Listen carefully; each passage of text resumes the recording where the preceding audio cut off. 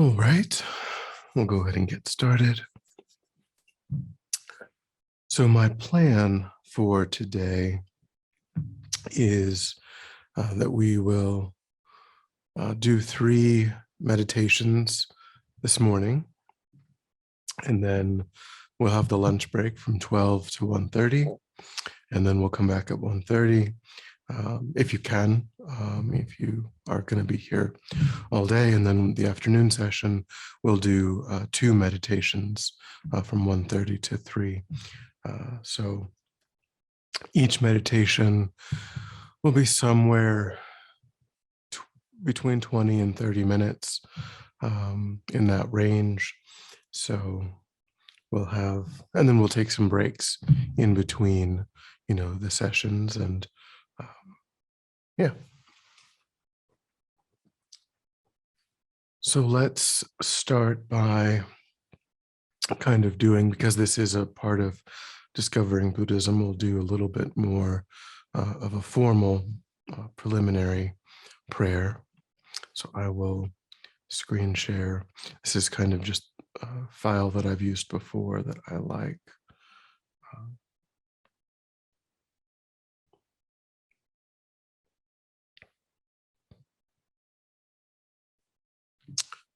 So if you'd like, you can join along. It's just the English. I go for refuge until I am enlightened to the Buddha, the Dharma, and the Supreme Assembly. By my practice of generosity and the other perfections, may I become a Buddha in order to benefit all sentient beings. I go for refuge until I am enlightened to the Buddha, the Dharma, and the Supreme Assembly. By my practice of generosity and the other perfections, may I become a Buddha in order to benefit all sentient beings. I go for refuge until I am enlightened to the Buddha, the Dharma, and the Supreme Assembly.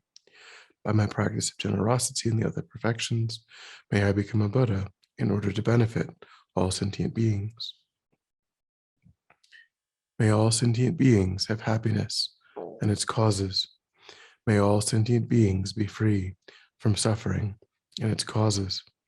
May all sentient beings never be separated from the happiness that knows no suffering.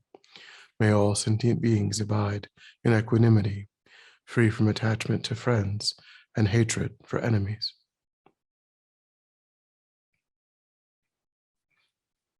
Reverently, I prostrate with my body, speech, and mind. I present clouds of every type of offering, actual and imagined. I confess all my negative actions, accumulated since beginningless time, and rejoice in the merit of all holy and ordinary beings. Please remain until cyclic existence ends, and turn the wheel of Dharma for sentient beings. I dedicate my own merits and those of all others to the great enlightenment.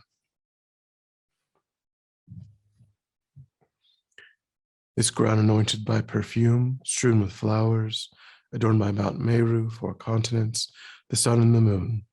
I imagine this as a Buddha field and offer it. May all living beings enjoy this pure land. I offer without any sense of loss the objects of my attachment, aversion, and ignorance, friends, enemies, and strangers, my body, wealth, and enjoyments. Please accept them with pleasure and inspire me and others to be free from the 3 poisonous attitudes. Idam Guru Ratna Mandala Kam Niryataya. Do not commit any negative actions. Perform only perfect, virtuous actions. Subdue your mind thoroughly. This is the teaching of the Buddha.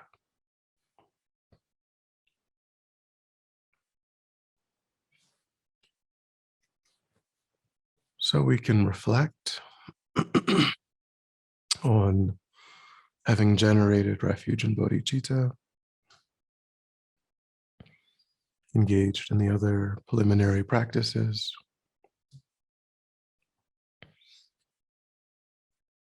and just think of the purpose of our time.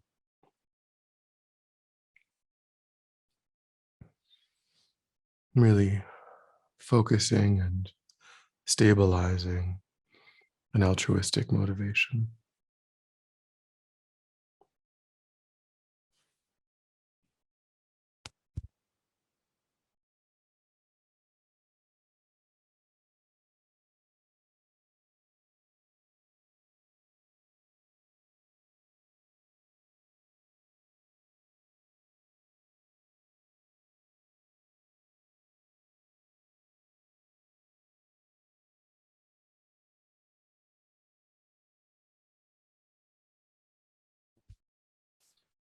All right.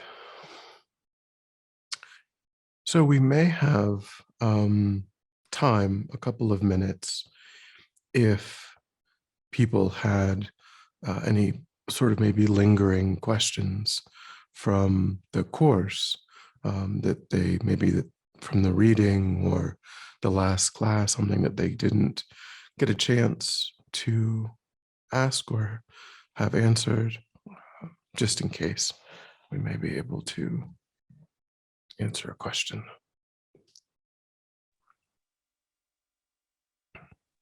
Mm-hmm. Venerable Dondrub, I have a question. In the bardo, I know that that is like a holding place for our next rebirth. And that can take, my understanding is anywhere from fairly quickly, we wouldn't be long in the bardo, and it can take up to 49 days. I guess the question that I have is, what is our mind doing in that time? Are we practicing if we remember to? I just am unclear what is happening during that time. Yeah, I don't know the extent to which it might depend on, I mean, of course, it's a process driven by karma. So in that sense, it does entirely depend on the karma that we've created, and most impactfully, the karma of the immediately preceding lifetime. And of course, I'm sure in the course, it was mentioned that it's quite, even the circumstances surrounding the death process are quite important. So there's a lot of emphasis put on dying, in a calm and peaceful environment, trying to remain calm and peaceful, and trying to recollect, virtue, and maybe trying to engage in some kind of practice as one is going. In the ideal scenario, we don't have control over, how we die. It could be a really unfortunate circumstance, like a plane crash or something, where, it's much more difficult. But ideally, we hope that we would be able to die slowly, just in a bed, surrounded by practitioners. So that's sort of the ideal scenario. Whether that's going to be open to us or not is a different, we don't really have control over that. So in terms of, and one of the meditations that we'll do, one, of course, the ideal scenario is to not enter the bardo, is to achieve enlightenment. If a person hasn't achieved enlightenment during their lifetime, the death process provides another opportunity, because the mind of clear light arises naturally, spontaneously at the time of death.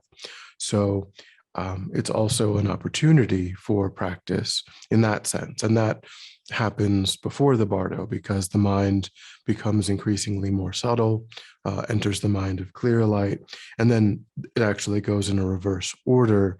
We'll go through the dissolutions in the afternoon class, but then they go in a reverse order, and the mind becomes increasingly more coarse as it enters the bardo.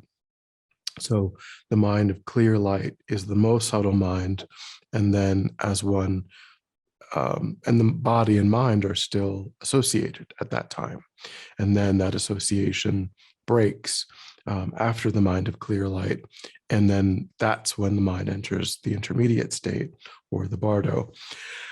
So, and like I said, ideally, hopefully, of course, one would hold the mind in the clear light and meditate on emptiness.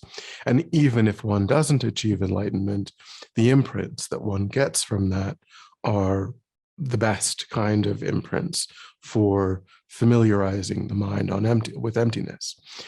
So even if we do subsequently enter the bardo, even if we, can only elongate the clear light for a time, then that's still extraordinary, compared to just the normal death process, the normal kind of non-meditative death process. But some people are able to use the death process to just like because the whole, Vajrayana, the whole point of Vajrayana is just to cause the mind of clear light to arise and to be able to control the mind of clear light. So the mind of clear light is going to arise at the time of death naturally. So it's an opportunity either to achieve enlightenment or to get really, really strong imprints of practice just by elongating it, by holding the mind there, and then still entering the bardo. In the bardo, generally, what is happening is that the mind is taking a subtle form that is associated with the coming together of the karmic causes and conditions that are going to give rise to the next rebirth. So that implies, you don't enter the bardo if you've achieved enlightenment. That's only an ordinary rebirth would occur in the bardo. So if you enter the bardo with a particular karmic predisposition, you will essentially take on a subtle form that is representative of that type of rebirth: a human rebirth, animal rebirth, hungry ghost rebirth, hell being rebirth, upper realm rebirth. And then if the opportunity actually arises, which mainly, if the opportunity actually comes together to have, for example, that human rebirth, meaning that there's a womb and a coming together of a fetus, and if that's actually a thing that correlates, because those two things have to simultaneously happen. You have to have the karma that's ripening in the mind, and then there has to be a body that is coming into existence that matches the karma that's ripening in your mind. And if that happens, then you go into that body. Your mind associates with that form. If the form isn't arising, in the universe, or however that within reality as a whole, or within the subsets of reality that you're able to access, however that happens with the karma that's arising, then the 49-day idea is that there are subsequent sort of mini deaths that happen within the bardo, each of which can last for, or each lifetime can last for up to about a week. So there can be these subsequent mini deaths where the form that you've taken in the bardo changes, because you've exhausted that karmic opportunity, given that during that time there was no form suitable for the mind to associate with. Then a different karma will ripen, and then a different karma will ripen, and a different and then they basically say, by the end of that, it's guaranteed that some kind of karma will ripen, because I don't know exactly how that works, but I guess the hell realms are relatively easy to enter. So kind of worst case scenario, by the end of that, you've probably taken a hell realm rebirth or hungry ghost rebirth, because those are relatively easy, whereas they get progressively more difficult. So of course that's also why we do prayers, and for people who are in the bardo, and we try to to bring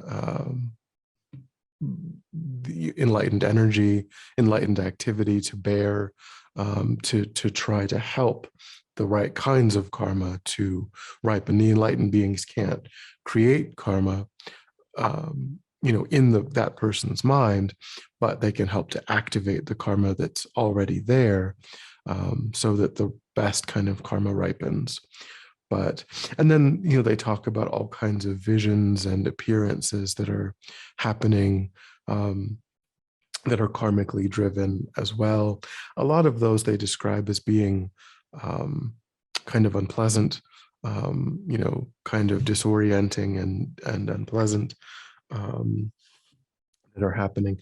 But by understanding those, we can we can familiarize our mind with that and try to have some recognition that they're just karmic appearances, that they're not, so that we can try to remain calm and peaceful. And it's pretty clear that once the mind has entered the bardo, there's initially some, maybe at the very beginning, still some connection, karmic connection with loved ones on the earth. They talk about maybe that people, because that kind of energetic body can travel at the speed of thought. And so sometimes people will, their mind will visit loved ones, kind of immediately after. But then I think, pretty quickly it fades, your memory and association to this lifetime, really fades pretty quickly. And then you just sort of begin to have these bardo experiences, and you begin to associate more with what's coming next. And then, of course, as the mind becomes more and more coarse, that continues. And then by the time that you've actually taken rebirth, of course, even if it's a human rebirth, we know that it's very unusual to have any kind of memory or association. So, because it's a transition from the mind, before we start dying, the mind is quite coarse. The mind becomes very, very subtle. Then the mind becomes coarse again. So it's this sort of process. And during that process, you just sort of lose all of the links that you have with memory and association with the people, and the way that you think of yourself as having this career and that sort of thing. All of your identity kind of slips away during that time. Yeah. That was very helpful. Thank you. I guess a follow-up question I have, if we have time, is during that week, say the first 7 days, if my karma was to find a perfect human rebirth, during that 7 days, can that then in the next 7 days go to maybe a less perfect human rebirth? Then the third week, maybe onto an animal. I mean, can it decline as the time goes on? Do we know, or the reverse? If my karma was destined in the first 7 days to be reborn as an animal, can that then get better? Yeah, certainly. I mean, of course, also independence on the power of prayer, independence upon, the things that are being done on one's behalf, maybe the prayers of enlightened beings, teachers that we're associated with. All of that has the capacity to reverse, to switch the karma that might otherwise be ripening. Which is also why it's important to try to start that as the person is dying, not to really just as soon as possible, even if they're not actively dying yet, still, but you think that it's coming, it's in next couple of days, really, and then just to continue that during the 49 days. And, they'll even on those 7-day periods, they'll usually do medicine Buddha puja again, each of the 7 days, because those are the days where there could be that particular transition. So, yeah, but yeah, and because I can only assume, because it is a finite thing, then we have to say that it's, that it's going to probably not get, better, on its own, without intervention, without the power of prayer, without that. At the end, the things that are open are probably not, the best. That's probably, you're going to start out, with the best, probably, and then, because we know that it does have to end, and it has to end in an ordinary rebirth, and the less pleasant options are the easier karmic, you know, causes and conditions to create. So, but yeah, I mean, if you do have people praying and doing practices, then certainly it can switch from a lesser to a more positive. But we want to spend our whole life preparing and doing everything that we can do to go into that with the best possible karmic seeds, so that very first chance is actually, and that the power of that even could even sustain more than one of those many, but yeah, I mean, there's no, with Buddhism, they don't make any guarantees. They don't, they just sort of, it's under the power of karma. So. Thank you, Venerable. Thank you so much. Do we have time for one more question, Venerable Dondrub? Sure. Thank you. You talked about losing links to our past life during the process in the bar. So unless we achieve enlightenment, and unless our imprints are very, very strong towards meeting the Dharma again, do we start over from the beginning? Or I'm a little unclear about the losing links and that process.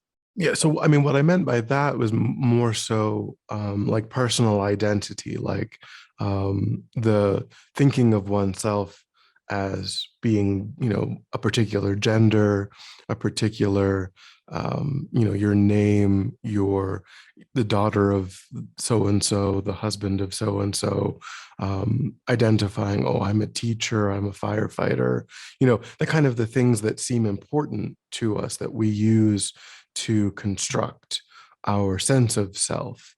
Those are the things that I meant. In terms of karmic propensities and the way that they show up again, again, that's hard to be definitive or to be black and white about. It's certainly the case that the more karmic seeds that we lay down, and the more clear that they are during this life, that are virtuous, that are associated with practice, then those are not lost. Those remain in the mind. But again, Buddhism doesn't make any guarantees. It doesn't say, it's just the power of karma. And, so ideally we want to try to achieve enlightenment in this lifetime. We want to try to do everything that we can, because we have all of the causes and conditions. And the arising of those causes and conditions, in the next lifetime is not guaranteed. But certainly we don't start from zero, because that would imply that we didn't create those karmic causes, in the mind, that we haven't laid down those seeds, and we have, and they're not destroyed. But when they might, how many of them might ripen at what time, under what circumstances, how they become activated, that's all kind of unknowable. It's not, we can say that we will be magnetized, to those circumstances to some degree. But we can't be guaranteed of a perfect human rebirth with a great teacher, and in a place where there's flourishing of the Dharma. We can't be guaranteed of that. All we can say is that we've made it, to the extent to which we take our practice seriously, and we engage in it, and we practice the things that we're meant to practice, and we discard the things we're meant to discard. All we can say is that that is making it more and more likely day by day, and that's kind of the best we can hope for.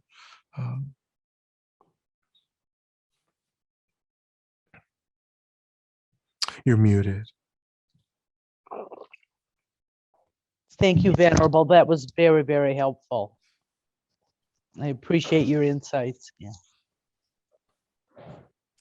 All right, so let's go into the first meditation.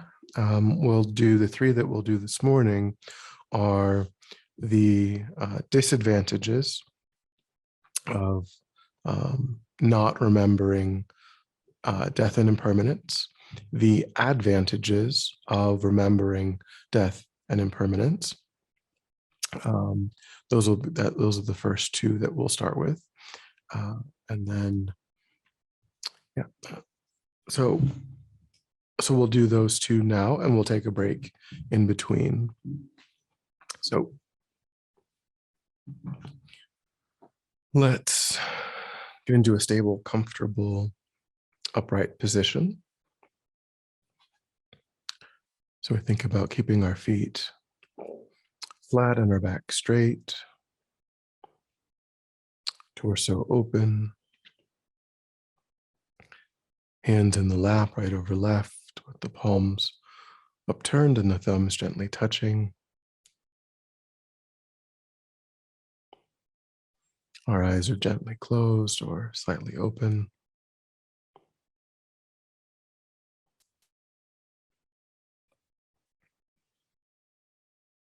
We try to avoid slouching or leaning, but we let go of unnecessary tension in the body, relaxing into the position.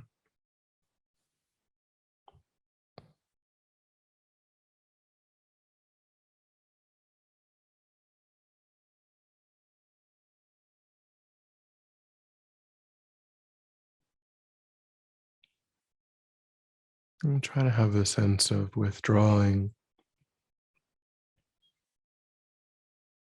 from attending to the outside world. Just holding your attention to the body and mind, allowing sights and sounds to be as they are without investigation.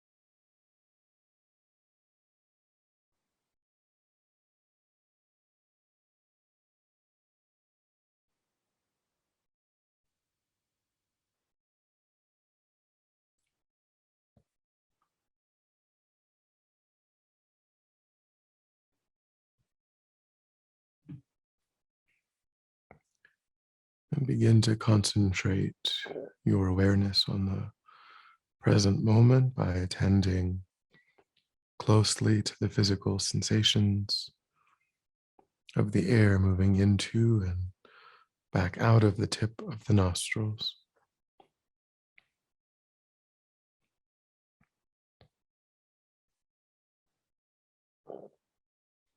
Trying to notice quickly when anything other than that one physical sensation is arising in the mind, and without judgment or frustration, lifting your awareness up from that distraction and placing it gently but firmly back on the breath again and again.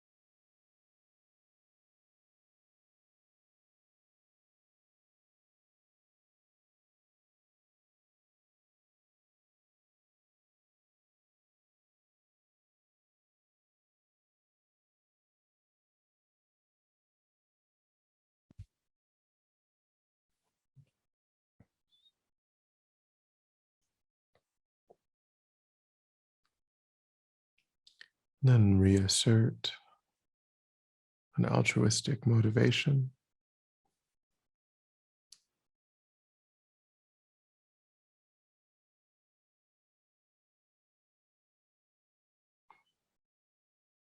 Wanting to use your time to develop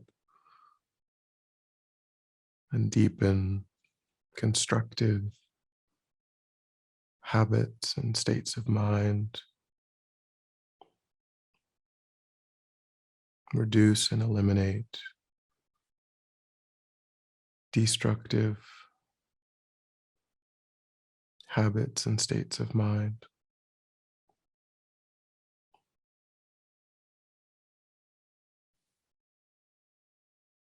so that we can become more and more beneficial to sentient beings.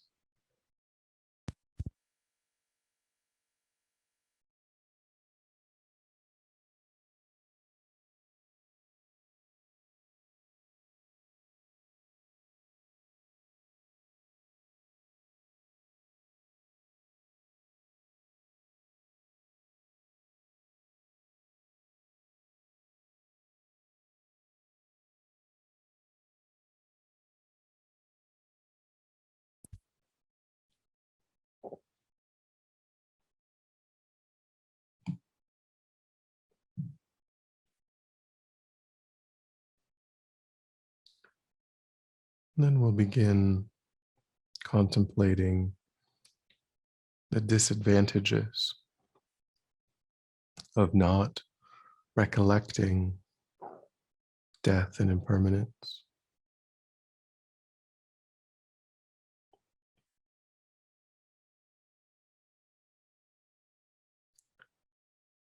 So the first disadvantage is that we won't remember Dharma.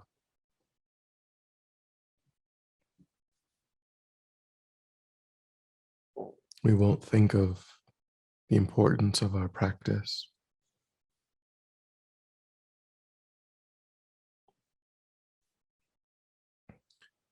We'll get caught up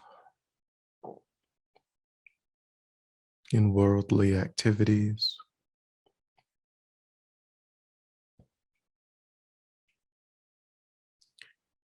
Because we won't have generated a wisdom concern about death.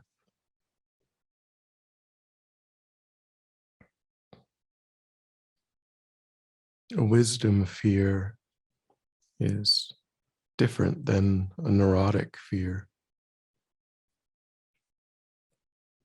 There's no need to be concerned about the fact that we will die. But it might be useful to be concerned about the fact that we might die never having practiced.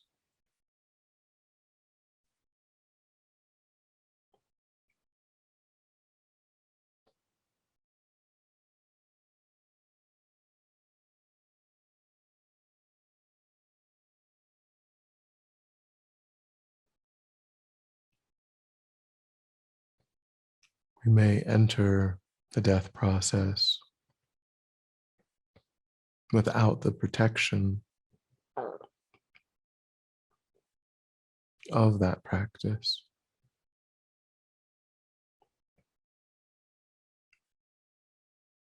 There are countless people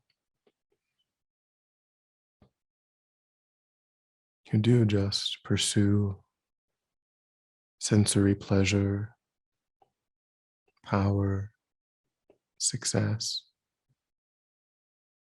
reputation, possessions,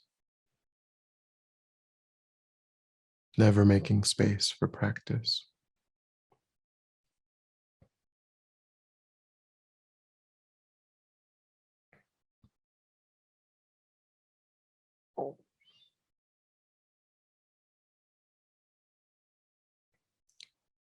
Try to recognize that that is a possibility.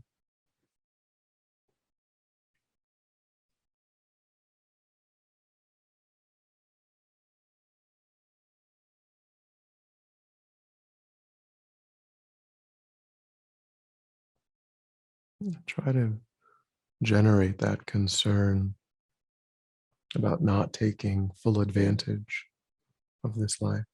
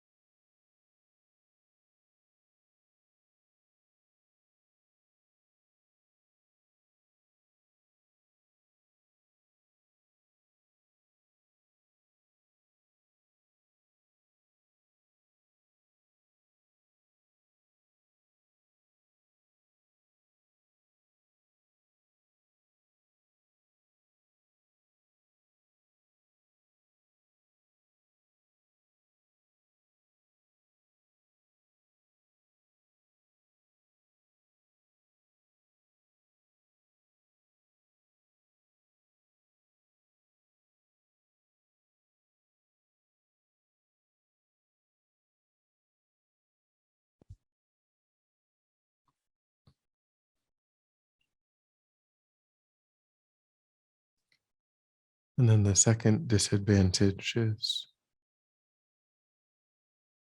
we'll keep putting off the practice that we intend to do. We'll keep thinking that there's more time. We'll wake up every day and think, I definitely won't die today,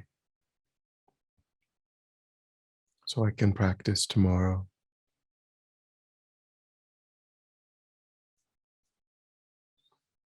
I'll practice when I finish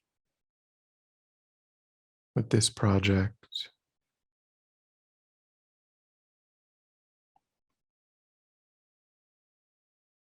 Or when I am able to end this career or get a better house.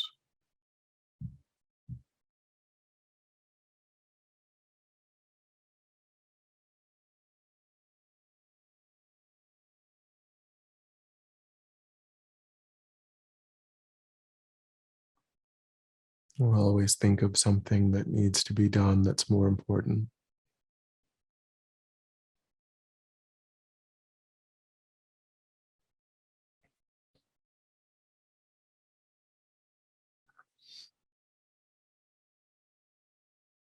Try to see how the energy of procrastination is operating.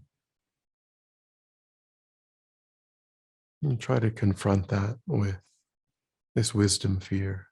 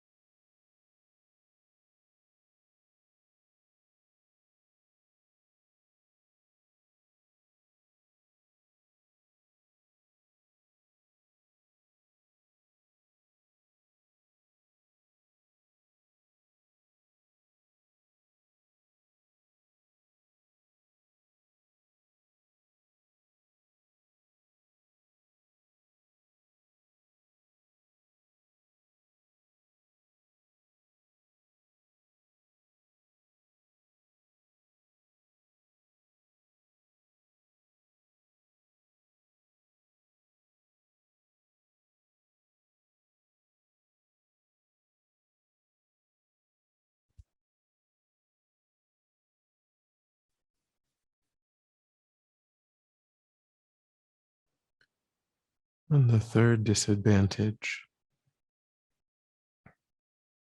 of not remembering impermanence and death is that the practices that we do engage in will become stained by the 8 worldly concerns.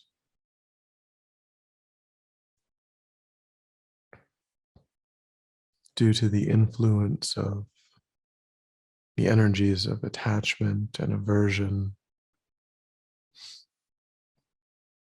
our desire to receive material possessions, comfort, fame, praise, and how intolerable we find it to be separated or have these reduced.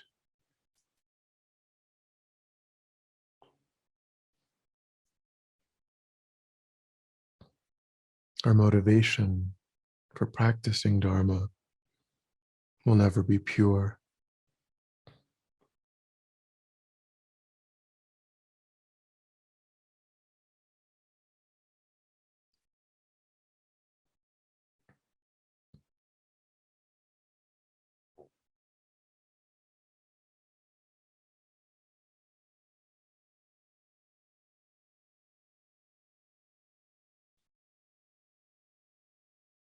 Try to analyze in your own life the role of the 8 worldly concerns and see if you can confront that energy with this wisdom fear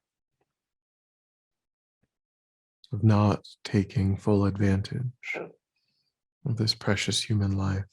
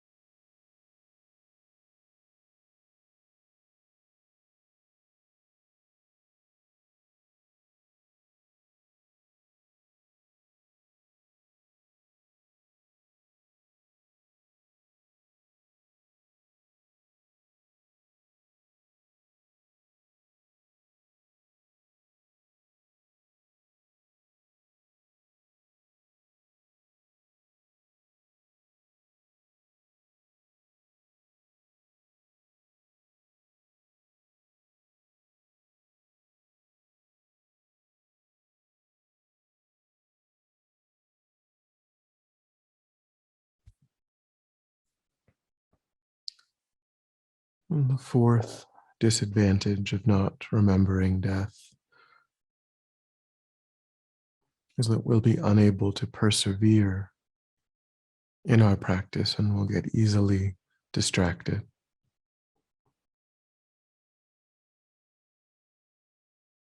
Our practice won't have any forcefulness. We'll soon forget that our death is imminent and the time to practice is running out.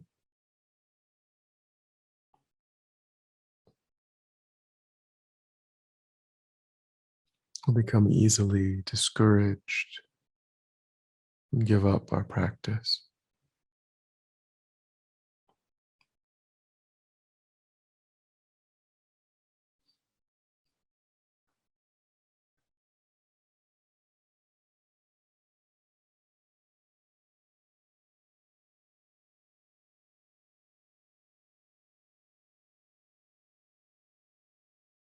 Try to see how this energy of laziness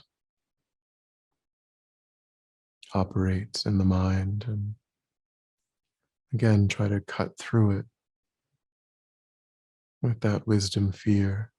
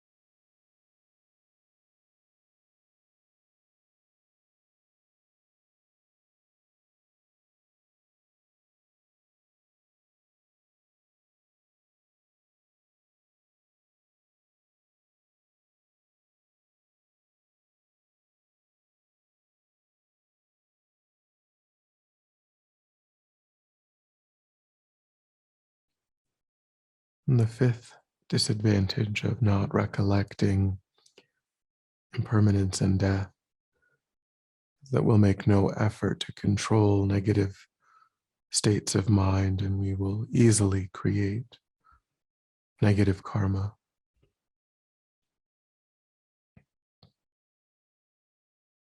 If we don't recollect that death can come at any time, we'll very easily fall under the sway of attachment to pleasure,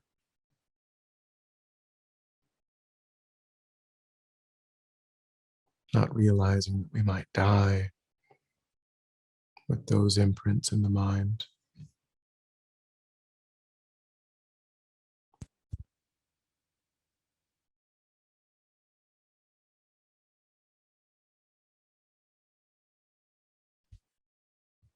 We might easily give in to anger,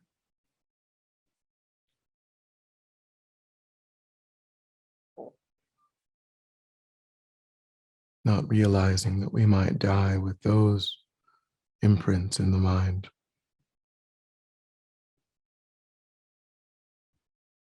Always thinking we can change, we can purify later allows us to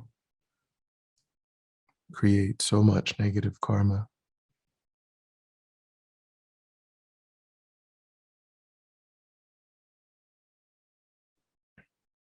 And try to confront this tendency with the wisdom fear.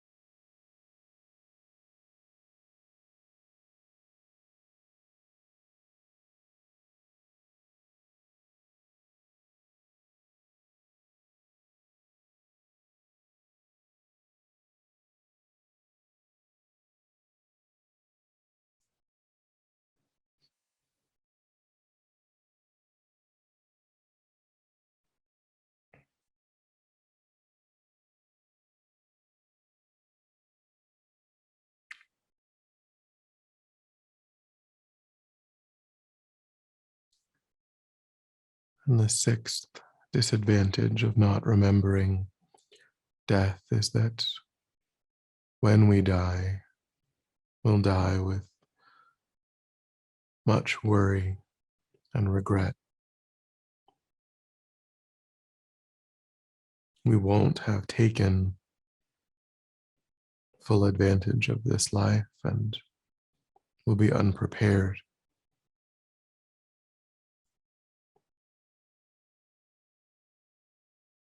It will be very difficult to maintain a positive, virtuous mind.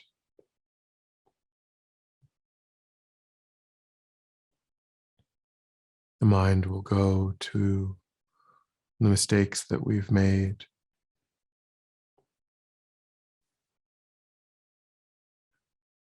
the opportunities that we missed.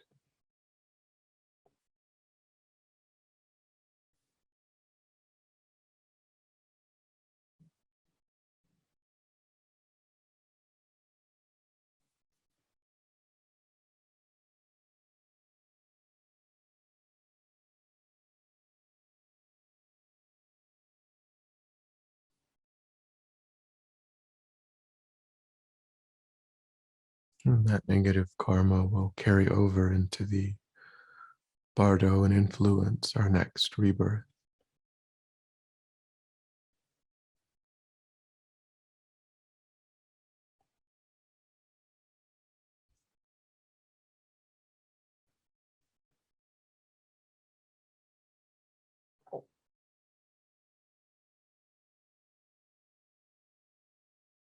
So again, recollect how contemplating that wisdom fear can overcome this disadvantage.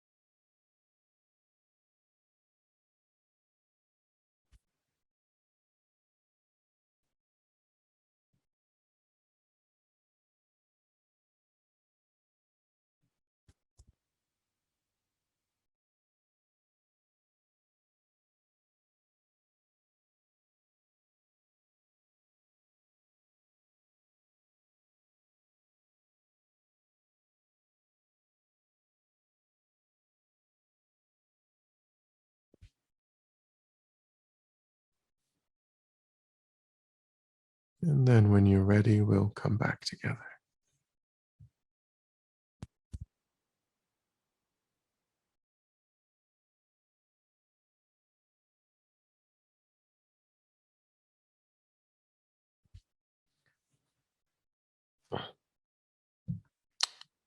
Any thoughts or questions?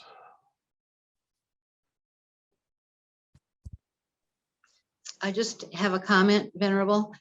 The term that you used, wisdom fear, that was really helpful for me.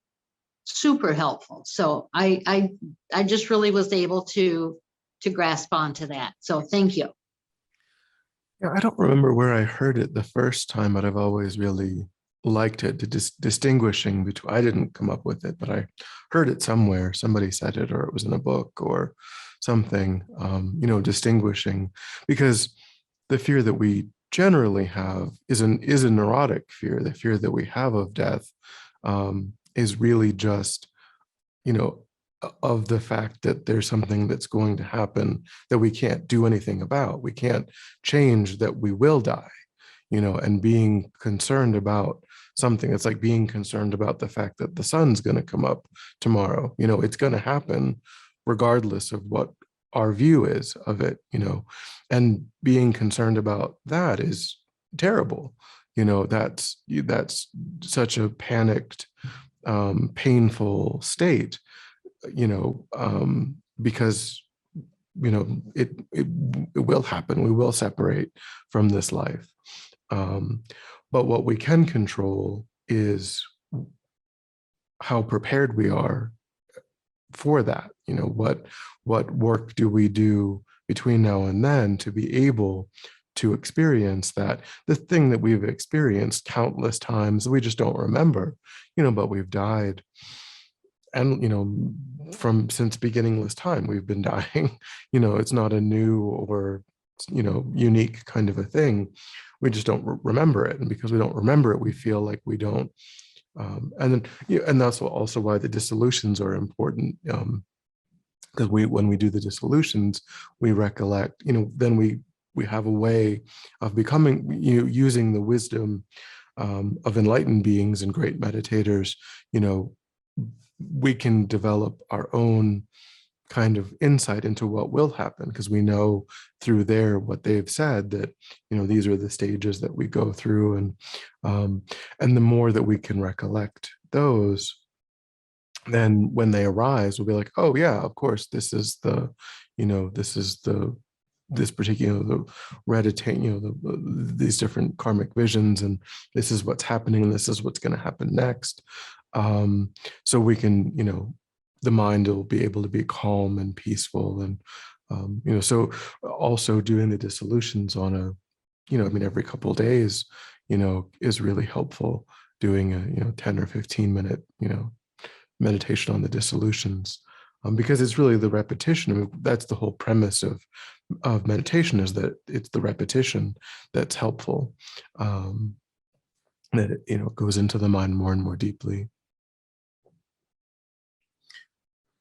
We'll take a couple of minutes break, and then we'll do the advantages of remembering. So it gets a little bit more pleasant, a little bit happier, the advantages. So you can stretch or what have you.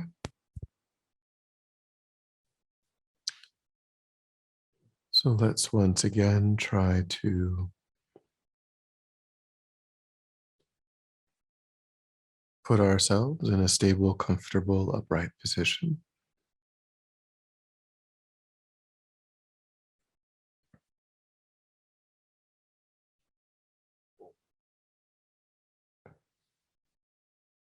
And generate a sense of moving the mind inward.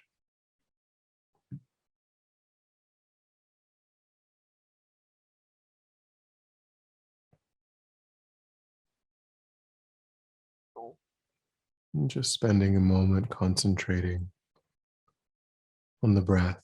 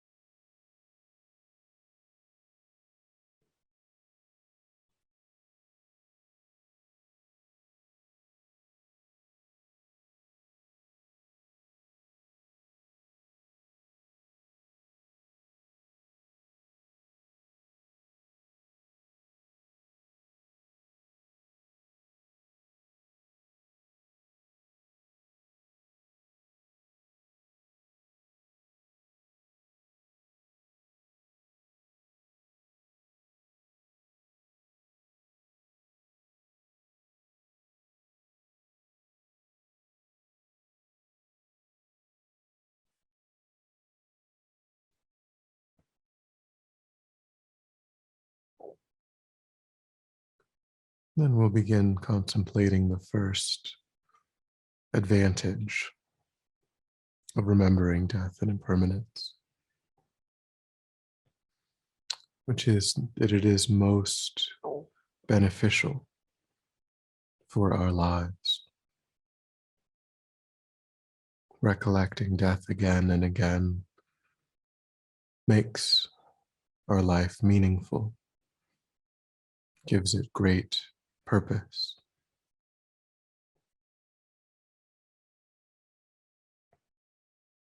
Will naturally allow us to be mindful of our practice and transform our actions into Dharma.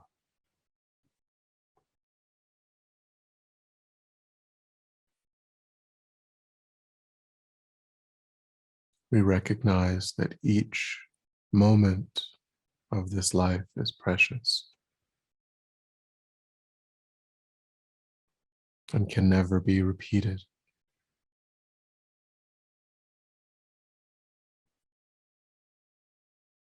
So we begin to use each moment to bring us one step closer to enlightenment.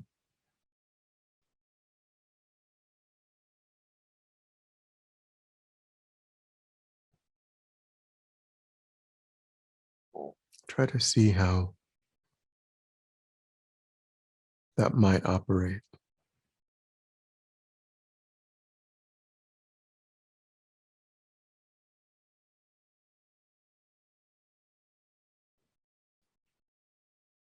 Envision using the recollection of death and impermanence to achieve that benefit.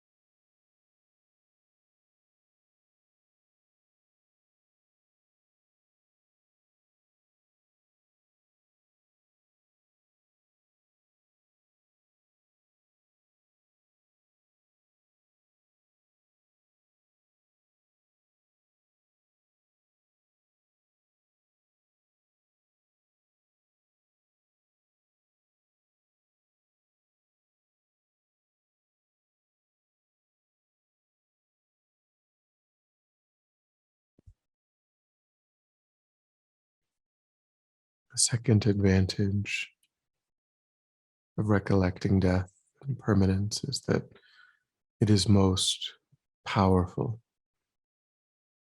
One of the most effective ways of eliminating negative minds Often it's said that recollecting emptiness is the most powerful, but for us, that insight is very difficult. But remembering that we could die at any time is easier.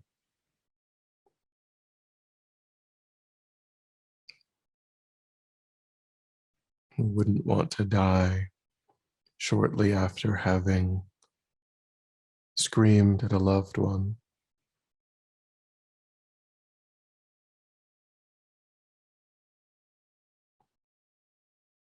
Or shortly after having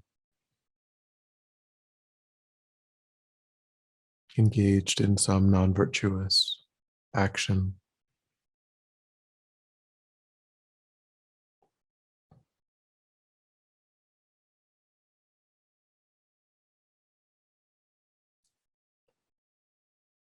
So again, try to see the validity of that approach.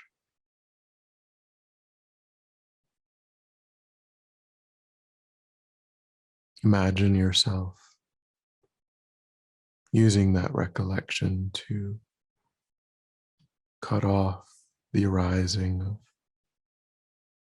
ill will or jealousy.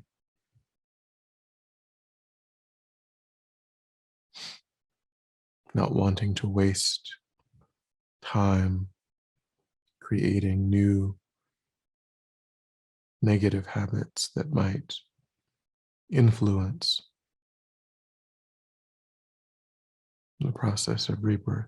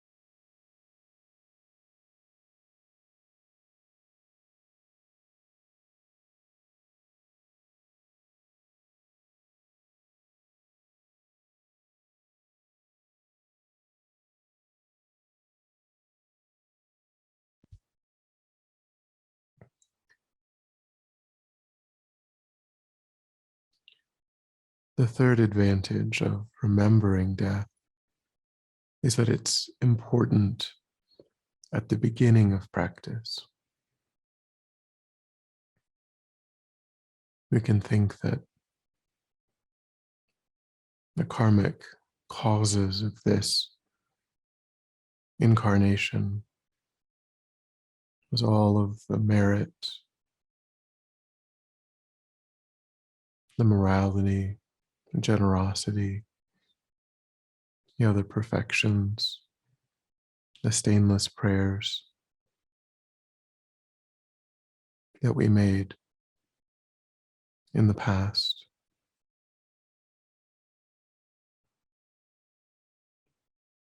Of all of that incredible effort that we ourselves engaged in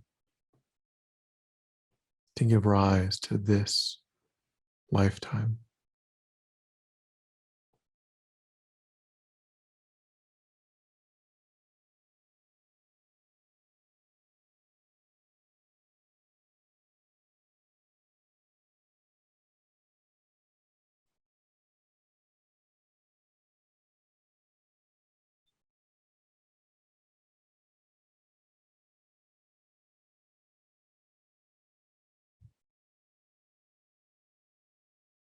So by recollecting death again and again, we won't squander that opportunity.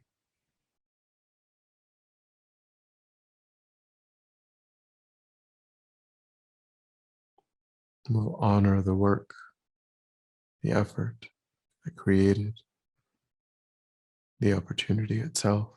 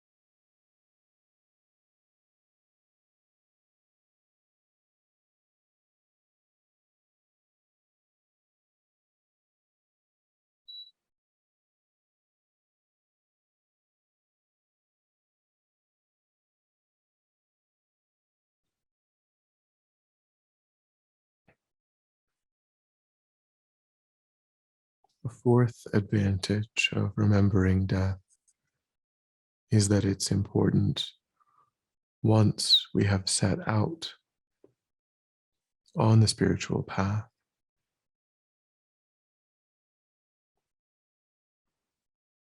We can think that now that we're on the path to enlightenment,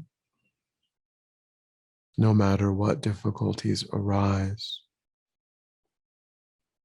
by recollecting impermanence and death, I will be able to overcome them.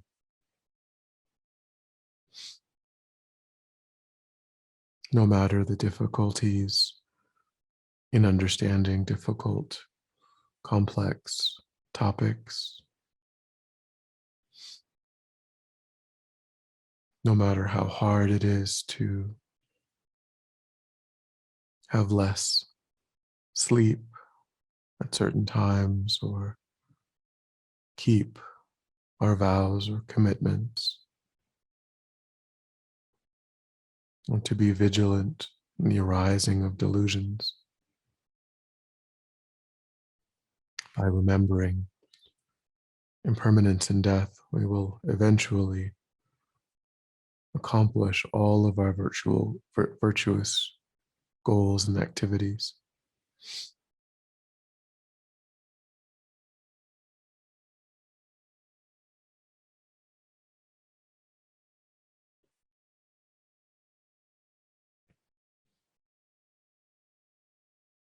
So try to see the relationship between this recollection and the kind of inner strength and courageous attitude that it can give rise to.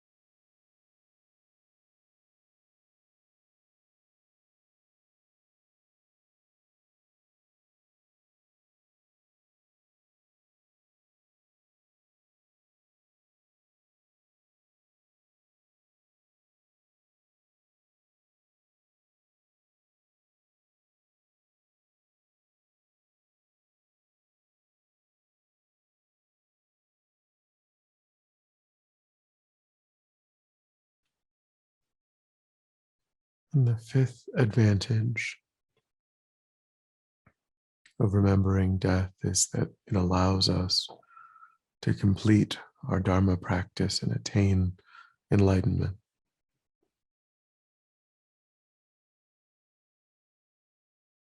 We can think that, just like Milarepa,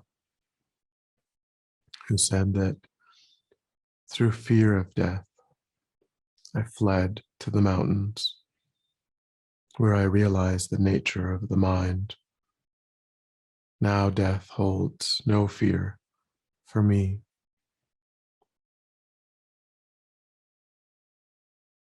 You can think that just like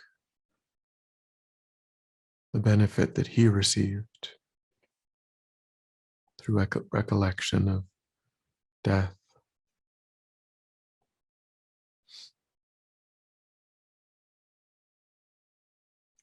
whatever practices I need to engage in to achieve enlightenment will be possible.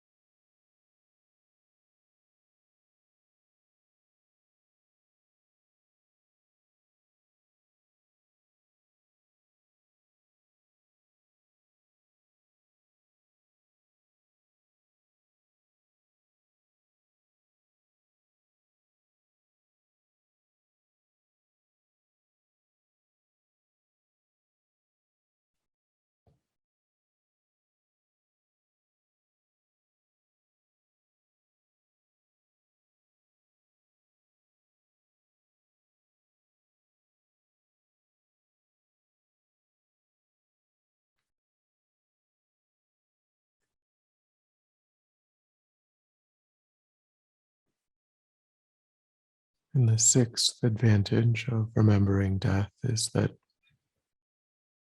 it allows us to die with a happy mind, with no regrets. You can think that as long as I engage in a recollection of impermanence and death, will naturally remember to engage in practice.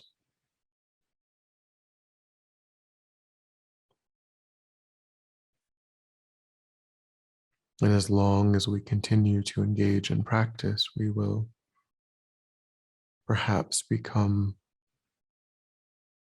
like those great practitioners who look forward to death, seeing it as their opportunity to achieve enlightenment.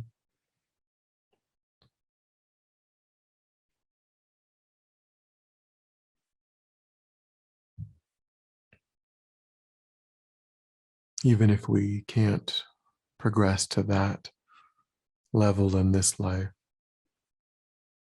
we'll be able to develop the confidence that we won't be reborn in the lower realms,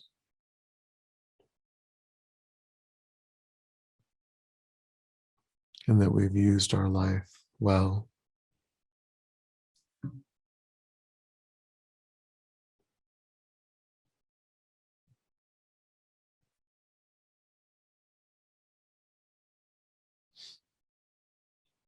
And try to see how recollecting death and impermanence achieves that result, and envision yourself accomplishing that result.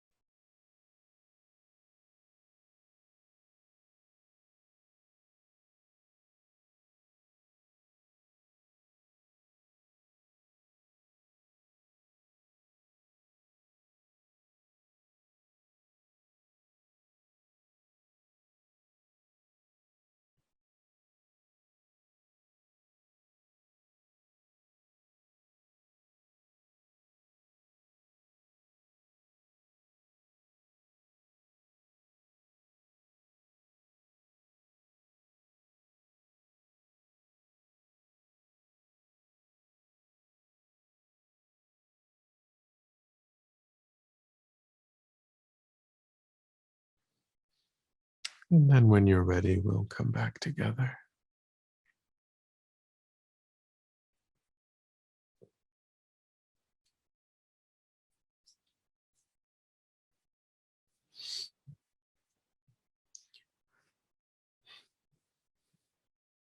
Any thoughts or questions?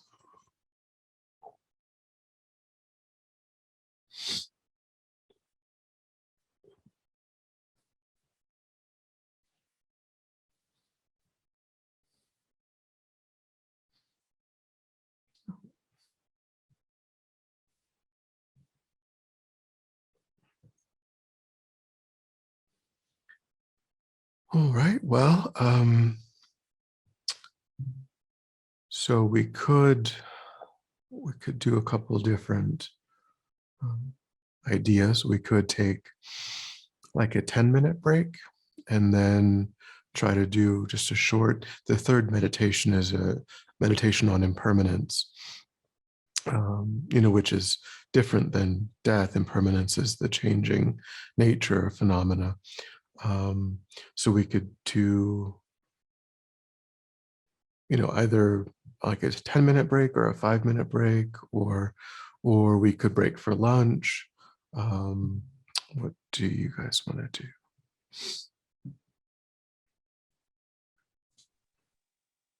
Venerable, I would vote for a short break and then doing the meditation on impermanence and then having the lunch break. But that's just my thought. I'm good with that. Okay, so we'll take a 5-minute break, and then we'll just do a shorter meditation on impermanence before lunch. So let's again try to find a stable, comfortable position to settle the body.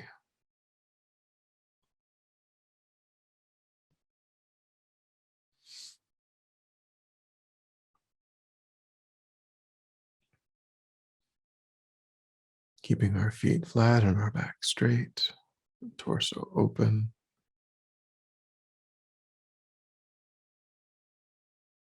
Maintaining an awareness of not slouching or leaning.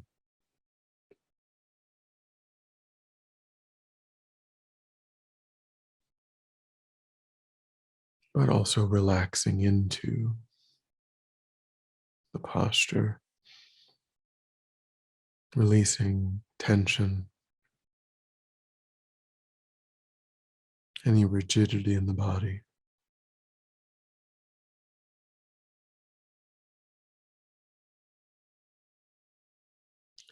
And then again, begin to attend closely to the sensation of the air moving into and back out of the tip of the nostrils.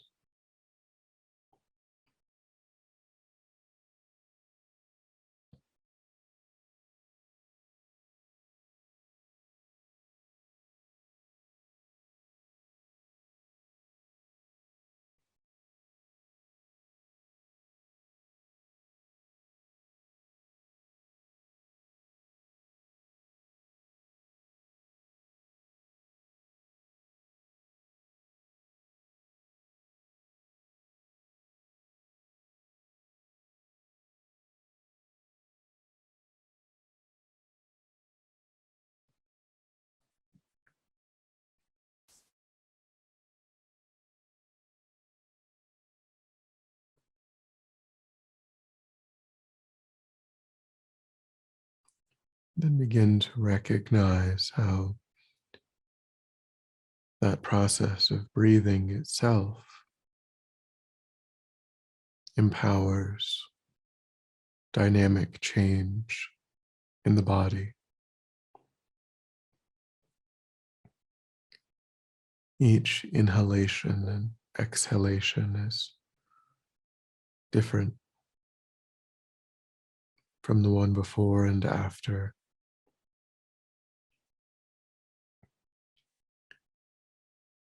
It's carrying new oxygen.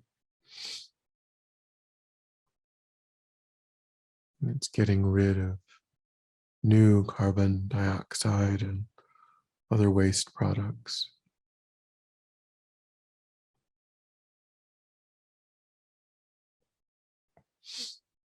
In each moment, it's oxygenating and energizing the cells, allowing for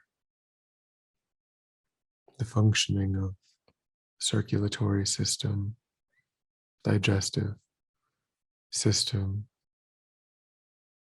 neuromuscular systems.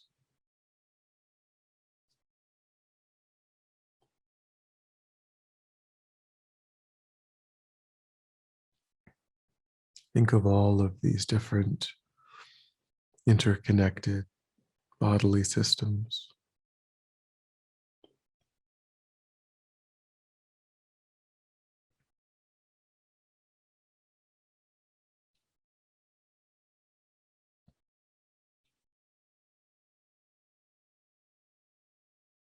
In each moment, cells coming into existence, cells decaying and dying,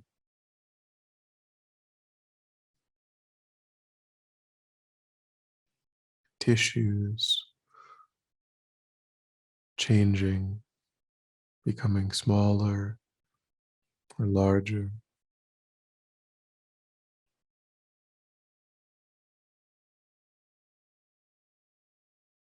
being affected by the environment,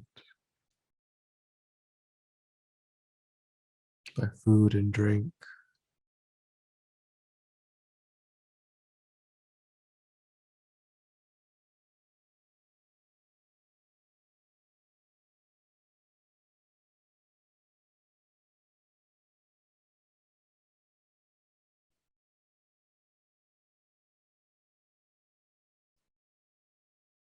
Trying to develop a clear sense of the ever changing nature of what seems like one solid body,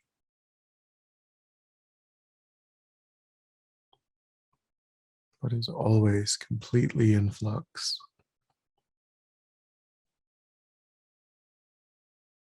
Never the same in any two moments.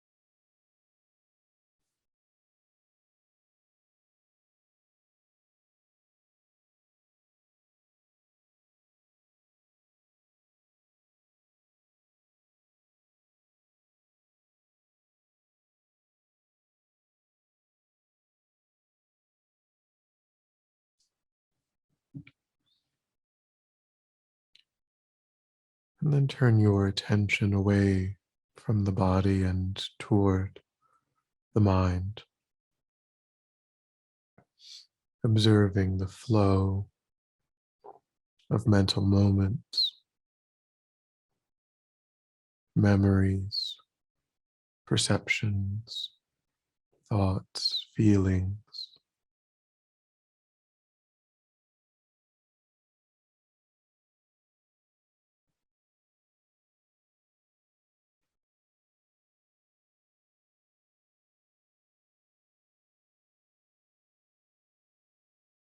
Thinking that, like the body, the mind too is composed of all of these different parts, capacities.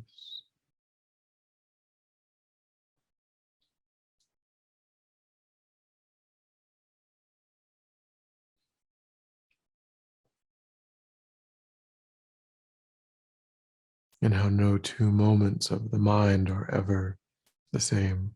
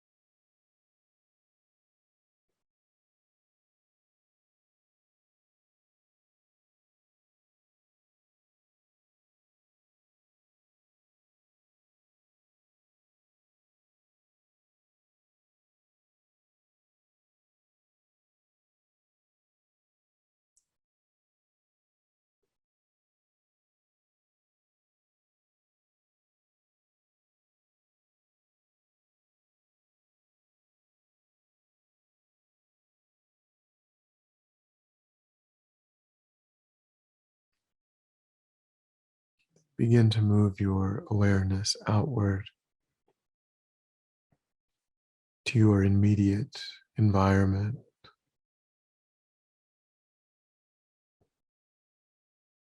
Thinking of the objects in the room,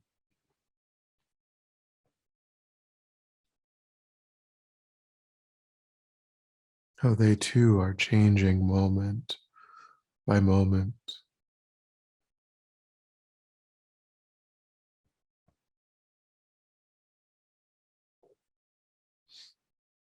Imperceptibly different,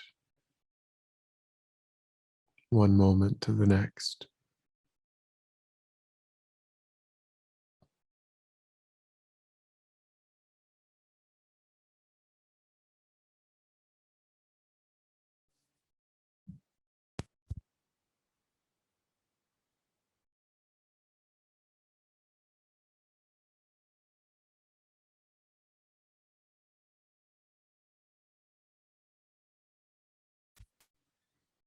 Continuing to move the mind out and recognizing that all phenomena are characterized by impermanence.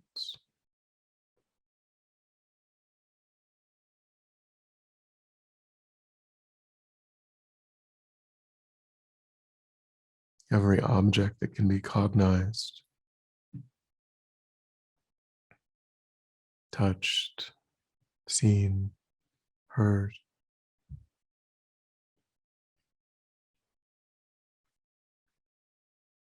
its nature is momentary change.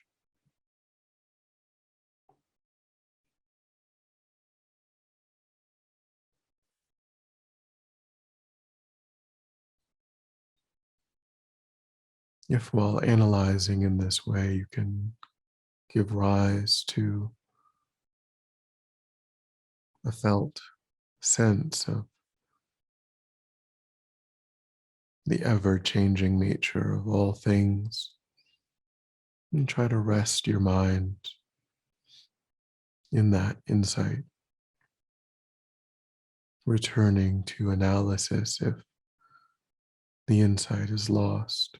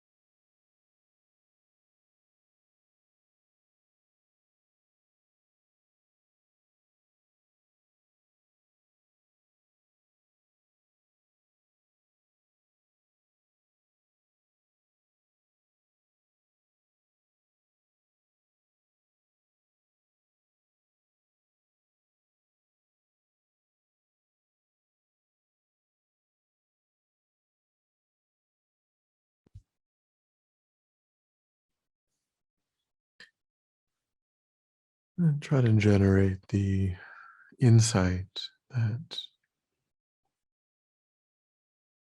all phenomena that seem pleasant,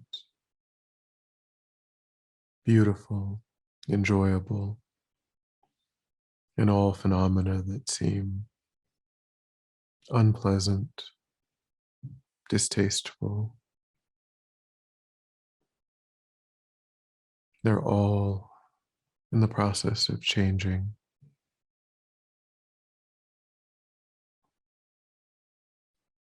And so clinging to a view of them as intrinsically pleasant or unpleasant is unrealistic and harmful.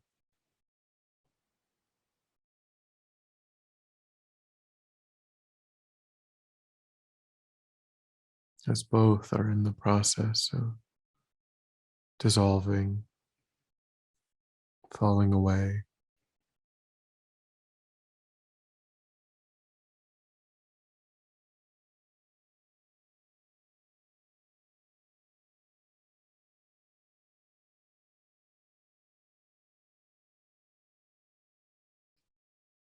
Try to hold that insight and rest your awareness in it.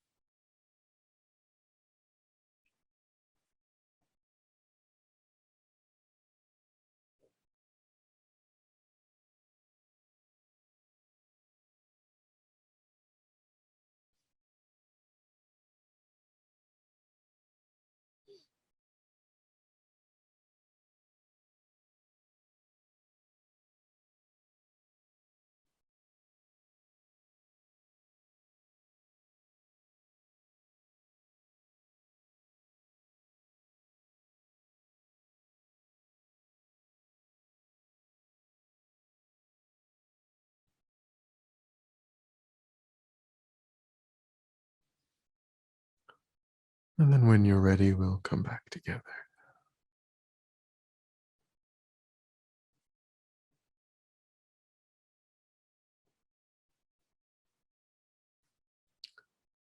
Any thoughts or questions?